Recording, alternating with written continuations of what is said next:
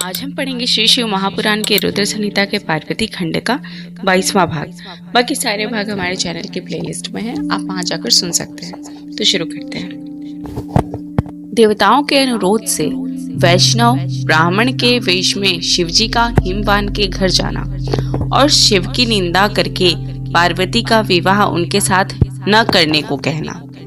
ब्रह्मा जी कहते हैं, नारद, मेना और हिमवान की भगवान शिव के प्रति उच्च कोटि की अनन्य भक्ति देख इंद्र आदि सब देवता परस्पर विचार करने लगे। तदनंतर गुरु बृहस्पति और ब्रह्मा जी की सम्मति के अनुसार सभी मुख्य देवताओं ने शिव जी के पास जाकर उनको प्रणाम किया और वे हाथ जोड़कर उनकी स्तुति करने लगे।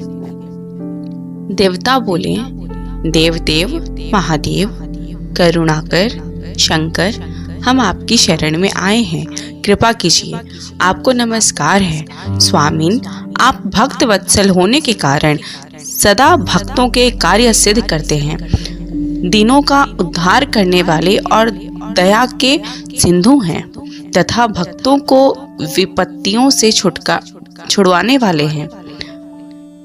इस प्रकार महेश्वर की स्तुति करके इंद्र सहित संपूर्ण देवताओं ने मेना और हिमवान की अनन्य शिव भक्ति के विषय में सारी बातें आदर पूर्वक बताई।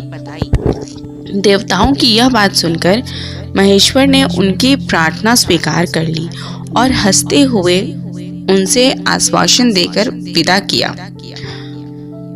तब सब देवता अपना कार्य सिद्ध हुआ मानकर भगवान सदाशिव की प्रशंसा करते हुए शीघ्र अपने घर को लौटकर प्रसन्नता का अनुभव करने लगे।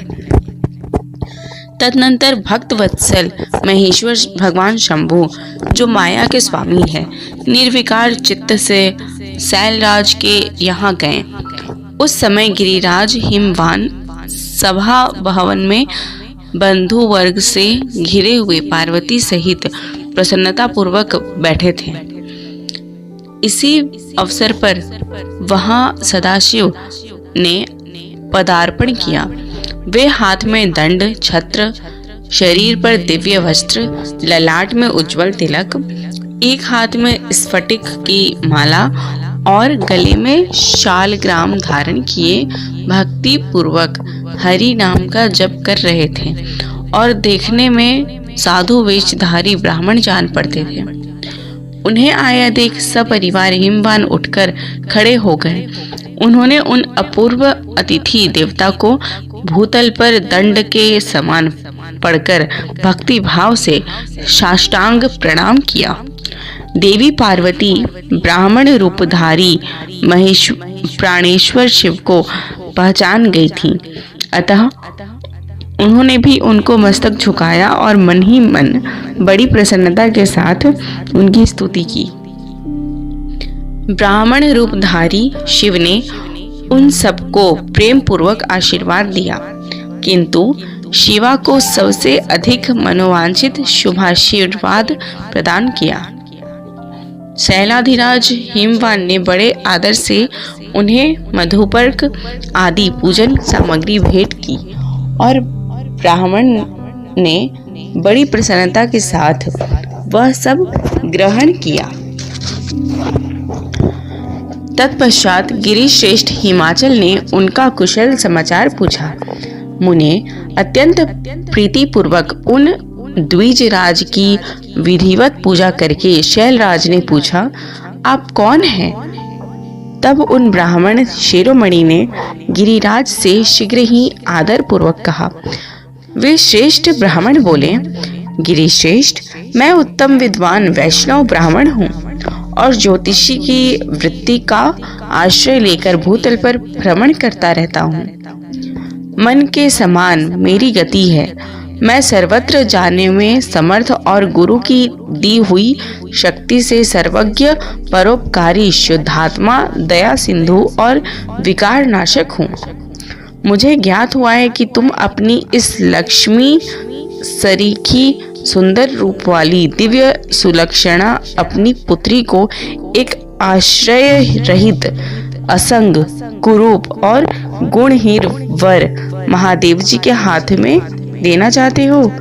वे रुद्र देवता मरघट में वास करते हैं, शरीर में सांप लपेटे रहते हैं और योग साधते फिरते हैं। उनके पास पहनने के लिए एक वस्त्र भी नहीं है, वैसे ही नंग धड़ंग घूमते रहते हैं।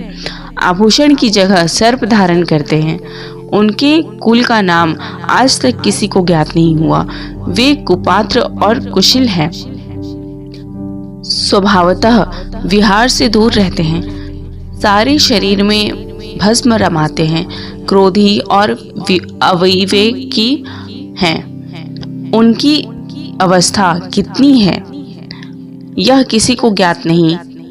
वे अत्यंत कुत्सित, जटा का बोझ सदा सिर पर धारण किए रहते हैं।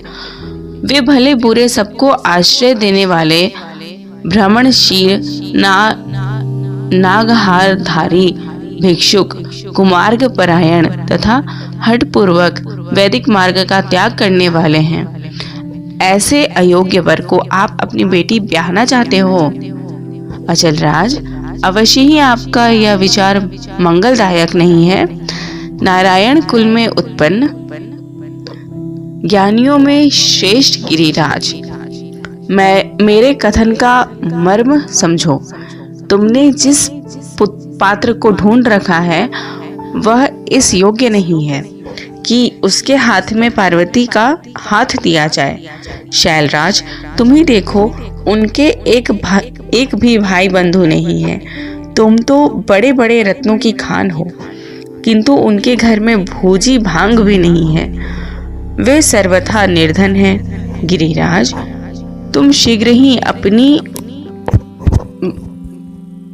भाई बंधुओं से, मेना देवी से, सभी बेटों से और पंडितों से भी प्रयत्न पूर्वक पूछ लो, किंतु पार्वती से न पूछना, क्योंकि उन्हें शिव के गुण दोष की परख नहीं है। ब्रह्मा जी कहते हैं, नारद, ऐसा कहकर वे ब्राह्मण देवता, जो नाना प्रकार की लीला करने वाले शांत स्वरूप शिव ही थे, शीघ्र खा पीकर आनंद पूर्वक वहां से अपने घर को चले गए। तो यहाँ पे हमारा 22वां भाग कंप्लीट होता है। धन्यवाद।